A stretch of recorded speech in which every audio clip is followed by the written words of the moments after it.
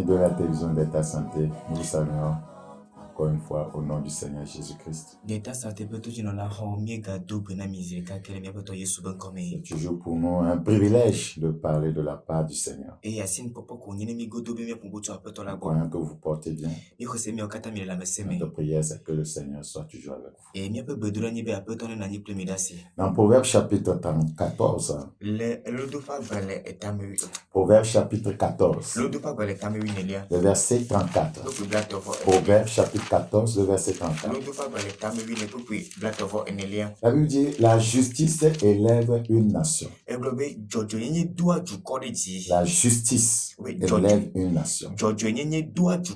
Mais le péché est la honte des peuples.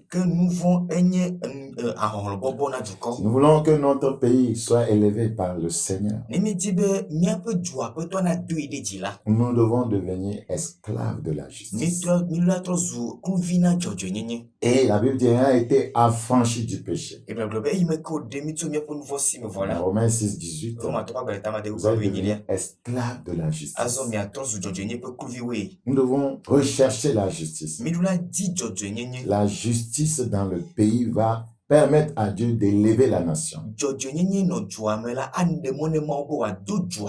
Mais le péché est la honte des peuples. Dieu veut que tous les hommes soient sauvés.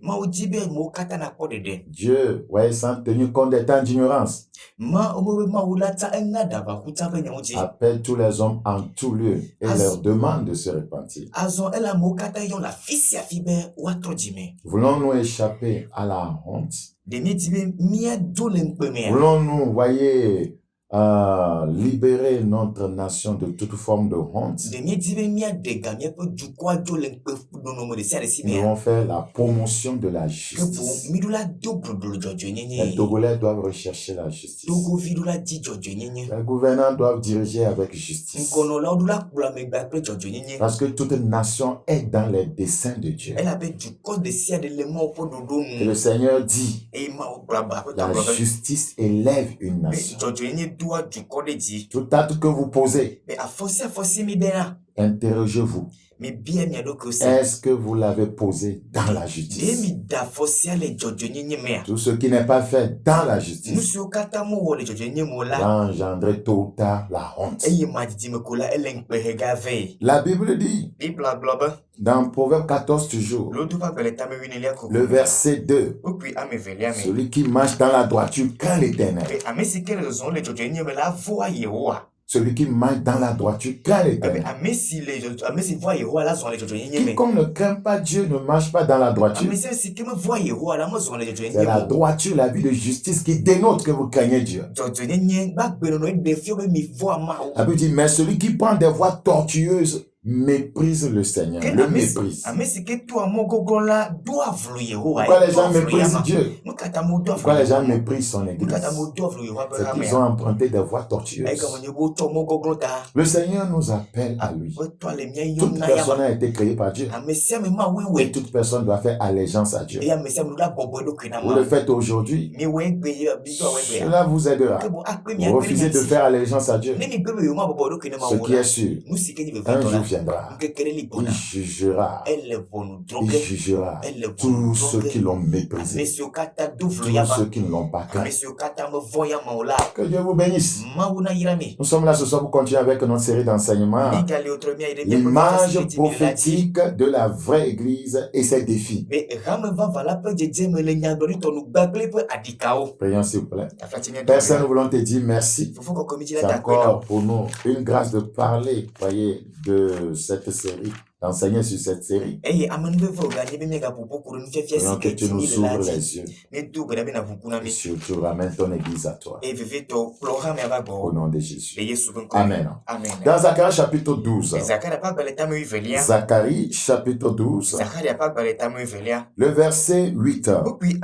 Zacharie chapitre 12, le verset 8. Vraiment un puissant, voyez, verset biblique là. Zacharie chapitre 12, le verset 8.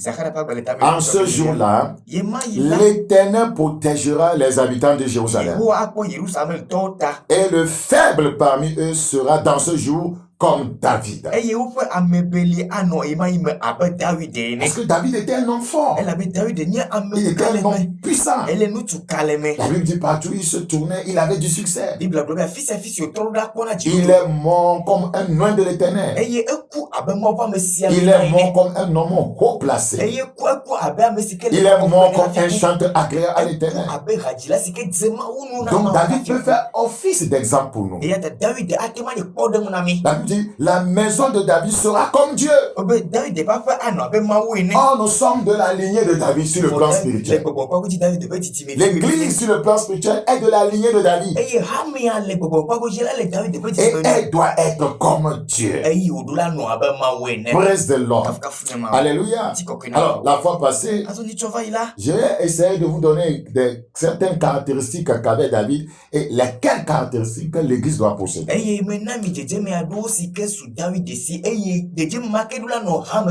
c'était en vous parlant de la similitude entre la vraie église et le roi David.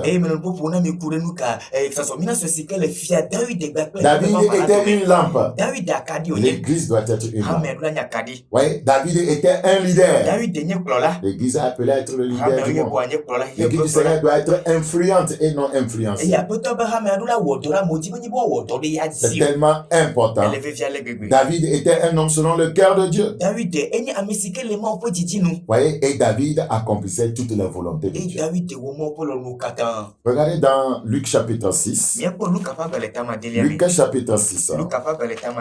Luc chapitre 6. Le verset 46. Luc 6, 46. Il est écrit dans ce passage. Pourquoi m'appelez-vous Seigneur, Seigneur, et ne faites-vous pas ce que je dis?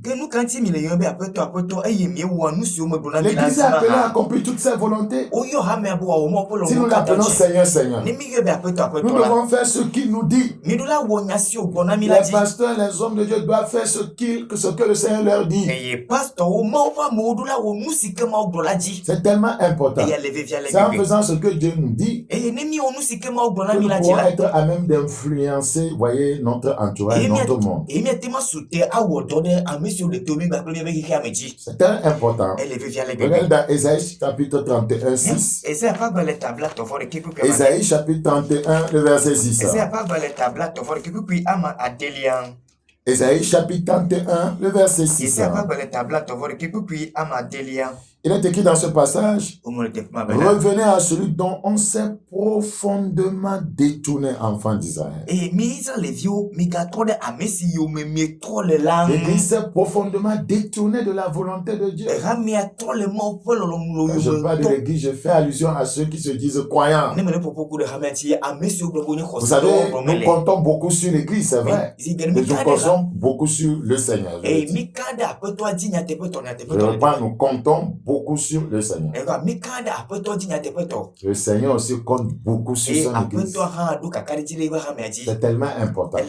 Le Seigneur, voyez, agit dans le monde au travers de son église. Le Seigneur parle au monde au travers de son église. C'est la vérité. Le Seigneur parle même au gouvernant au travers de son église. C'est très important. Et aujourd'hui, ce passage qui dit de se soumettre, voyez, aux autorités, voyez, nous a semé tellement la confusion que, voyez, mais le gouvernant ne veut pas écouter de Dieu. Mais ce qu'il dit, c'est ce qu'il veut qu'on écoute. Non, c'est l'église qui parle au monde, même au gouvernant, voyez, de la part de Dieu.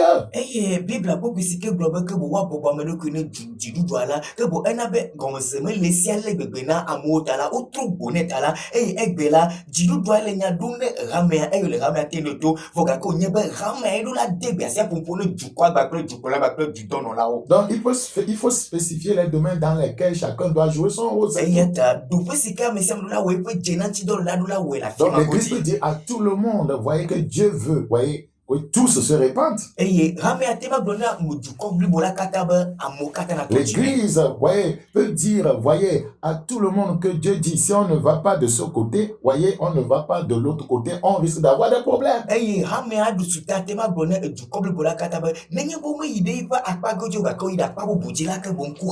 C'est pourquoi je vous disais au départ que le Seigneur dit, la justice élève une nation.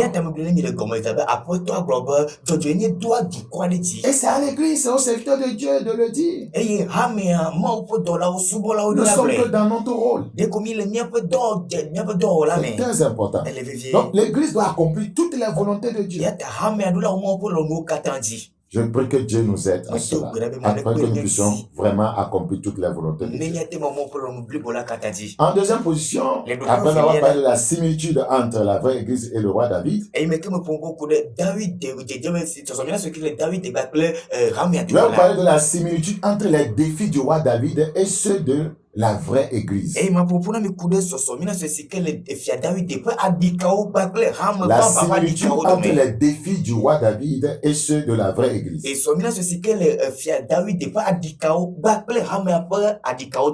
Frères et sœurs, la vraie Église du Seigneur, tout comme David, a des défis réels.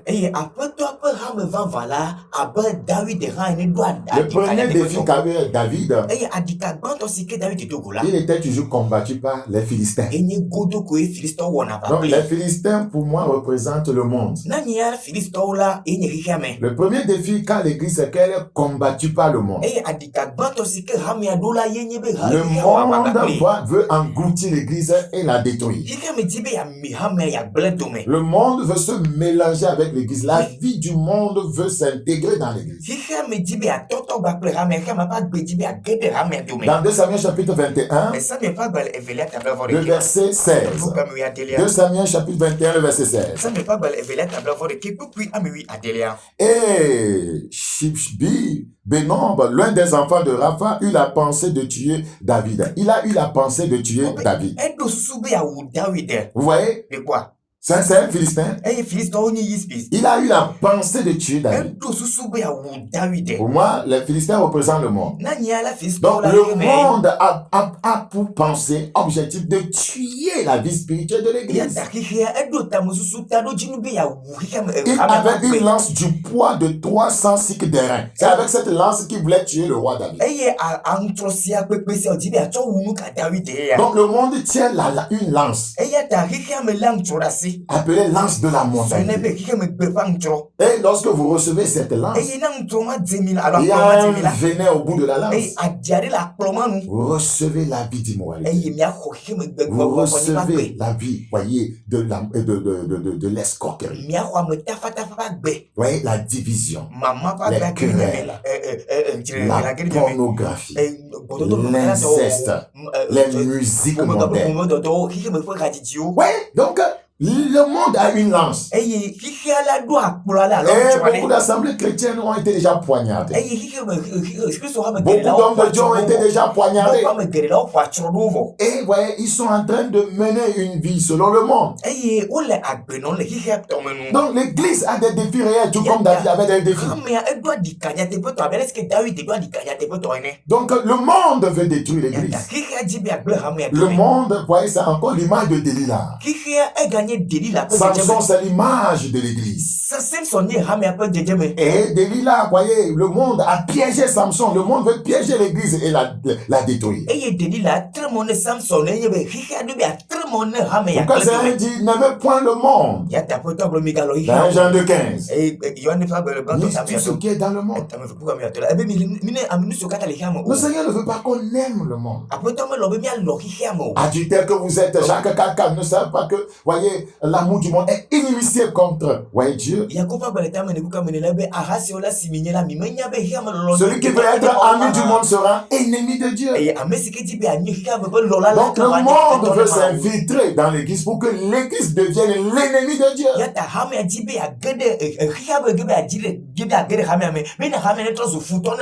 Praise the Lord. Mais nous rendons grâce à Dieu au verset 17 de 2 Samuel chapitre 21. Ouais, David a été sauvé de justesse.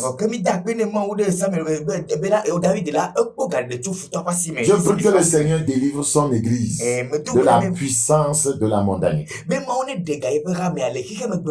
1 Corinthiens 2:12, la Bible dit, nous n'avons pas reçu l'esprit qui vient du monde, mais l'esprit qui vient de Dieu, afin que nous connaissions ce que Dieu nous a donné par sa grâce. Deuxième défi qu'avait David, et qui est aussi le défi de l'église aujourd'hui.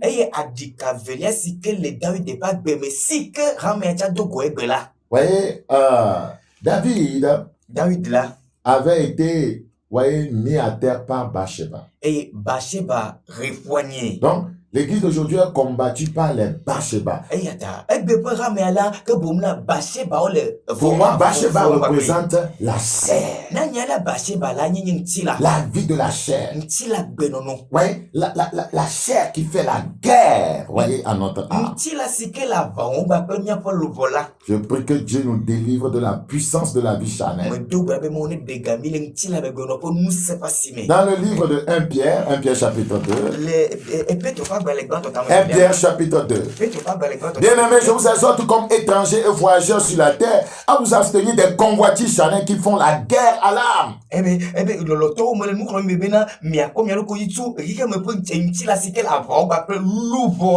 La chair fait la guerre à notre âme.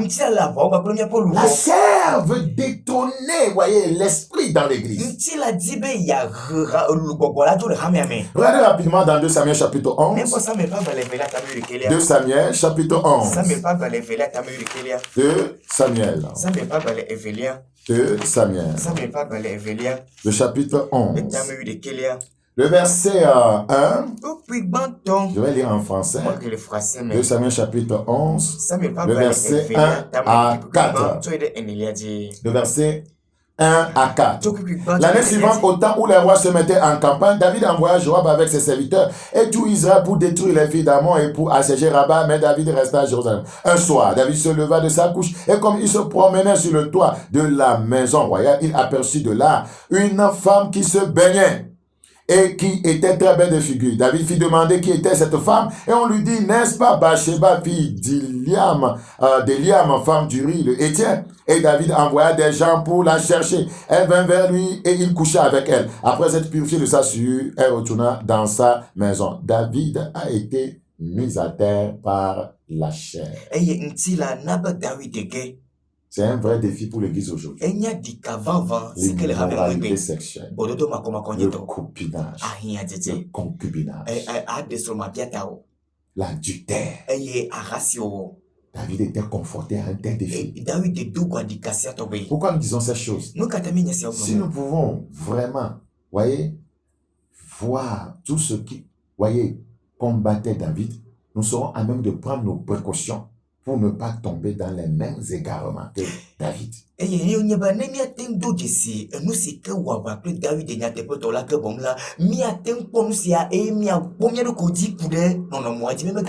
a vaincu plusieurs fois les Philistins. Ouais, mais quand c'est arrivé, voyez, au niveau de la chair, et il a échoué. Samson avait échoué au niveau de la chair. Donc, ouais, la Bible dit, hein, après avoir commencé par l'esprit, voulez-vous terminer par la chair? L'esprit du Seigneur veut terminer par la chair. La chair nous combat puissamment. Que de scandales dans le corps de Christ. À cause du fait que la chair dans l'église crie plus fort que l'esprit. La Bible dit dans le livre de Jacques. Jacques chapitre 1. Jacques chapitre 1. Jacques chapitre 1. Le verset 13 à 15. Jacques 1, 13. Que personne lorsqu'il est tenté ne dise c'est Dieu qui me tente, car Dieu ne peut être tenté par le mal et il ne tente lui-même personne. Elle nous dit Dieu ne tente lui-même personne. Mais chacun est tenté quand il est attiré à amoncer par sa propre convoitise. La convoitise a mis à terre Ève et son mari. Puis la convoitise, lorsqu'elle a conçu, enfant le péché, et le péché étant consumé, produit la mort. Donc David était saisi de convoitise de la chair. Donc, rappelez-vous, la Bible dit, la maison de David sera comme Dieu. Nous sommes appelés à être comme Dieu. David a failli ce que Dieu voulait qu'il soit. Il a failli ici. Nous devons apprendre de ses erreurs. Et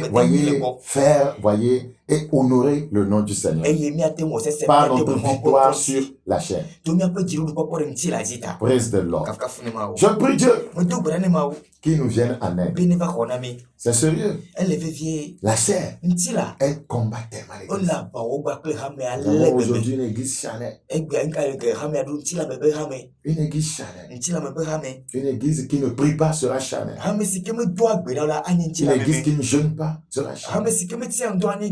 Une église qui ne cherche pas la face de Dieu sera charnelle. Une église qui ne s'intéresse pas, voyez, à la parole de Dieu sera charnelle. Le troisième défi auquel David était confronté.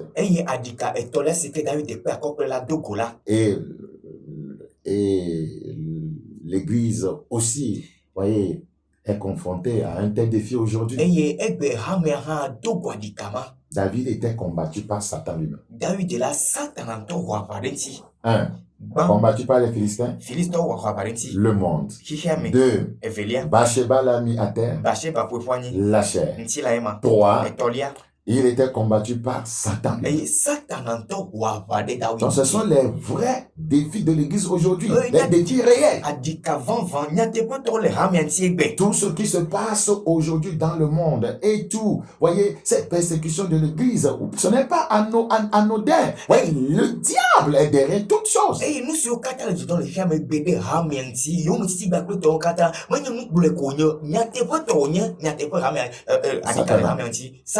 Regarde dans 1 Corinthiens 21, un chronique, je vais disciple.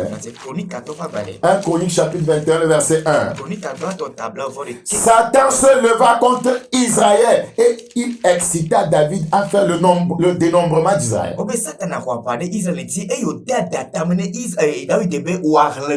David était le roi d'Israël. Comme Satan voulait détruire tout Israël, toute nation, il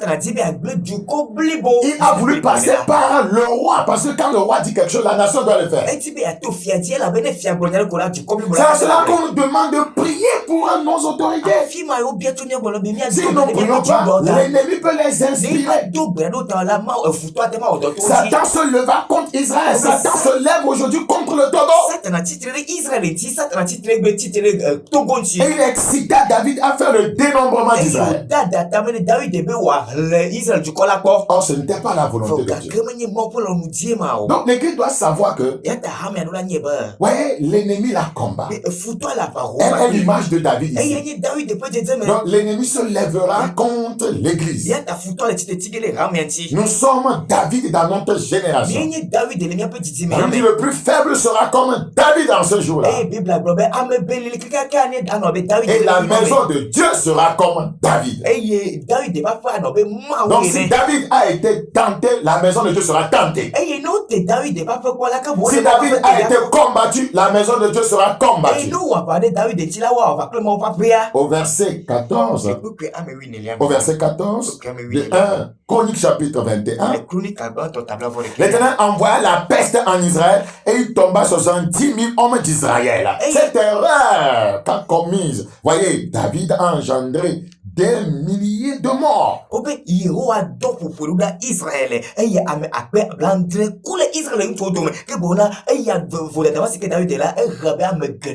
Donc si l'église aujourd'hui commet des erreurs, cela peut, voyez, a engendré la perdition des multitudes. Si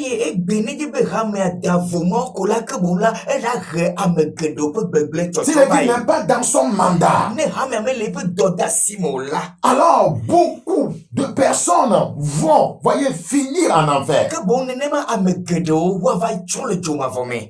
C'est important. Si l'église ne prêche pas le salut, si l'église ne prêche pas la justice, si elle ne prêche pas la sanctification, beaucoup vont aller en perdition. C'est la vérité. Donc, une fois que Satan arrive à vaincre l'église, c'est qu'il a la même mise sur la nation. Ça, c'est sûr. Le gouverneur ne le sait pas. Si l'église est vaincue, la nation sera vaincue. La justice élève une nation. Vous savez, il y avait des traites tout autour du roi David. Il y avait des traites qui entouraient le roi David. Comme Joab, comme Absalom, son propre fils. Il y a aussi des traîtres au milieu de l'église. Des traîtres entouraient aussi, voyez, un traître entouré, voyez, était parmi, voyez, les apôtres de Jésus. Donc l'église doit savoir qu'il y aura des traîtres au milieu d'elle. Il y aura des traîtres au niveau du leadership. C'est pourquoi nous sommes appelés à intercéder. Je prie le Seigneur qui nous aide à pouvoir revenir à Dieu. La prochaine fois, je continuerai avec ce point. L'église qui est combattue par Satan. Et je vous parlerai de la restauration du roi David. Parce que David, finalement, sera détourné. Voyez, mais David sera restauré. Je vous parlerai de la restauration du roi David et comment l'église peut être restaurée.